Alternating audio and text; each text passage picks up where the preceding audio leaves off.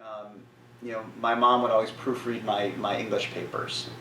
And I think that's really important. And I consider myself and as you know, I've written some books and consider myself a good writer. And I think a lot of that is due to my grandmother and my mom, who edited my papers all through high school.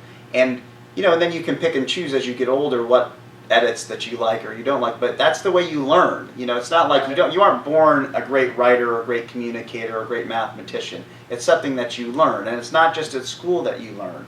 So I think a lot of parents, I think, are sort of would sort of say, hey, let's let the school do all that work.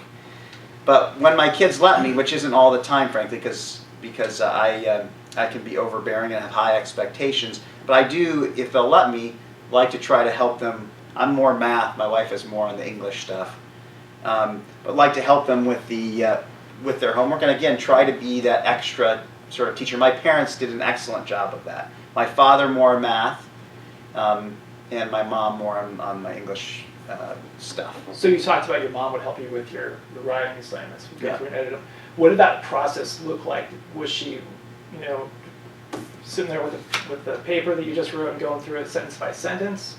Was it like a really kind of a hand-holding thing like that, so that it was really specific, or was it more, did it look different than that? How did it look? Well, I would always do a first draft, and then she would sit down. She wouldn't, again, I think this is important. I don't do this perfectly with my kids, but she really required that I sit down next to her.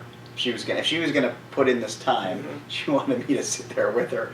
And she would read it, and she would suggest, changes or things. And she, you want it to be in the child's voice, and she was pretty, good about not being overbearing on that. But she might suggest, hey, this doesn't make sense to me, or what are you trying to say here, or here's a misspelling. This was back in the days where a lot of this was handwritten too, or early days of computer. We didn't have spell checkers as much. So she would sit down and look at those things, and I think it honestly, it's like much more even than school. I credit sort of my writing a lot to my mother and then my grandmother, who was a great writer, and the time that they spent going over. Because again, once something goes in for school, it comes back, and a teacher. I'm a professor now of entrepreneurship at the University of Washington Business School. And I know, because I correct a lot of these business plans, other things. I mean, teachers, you're looking at a lot of different papers, especially if you're a teacher in a high school or elementary school or middle school.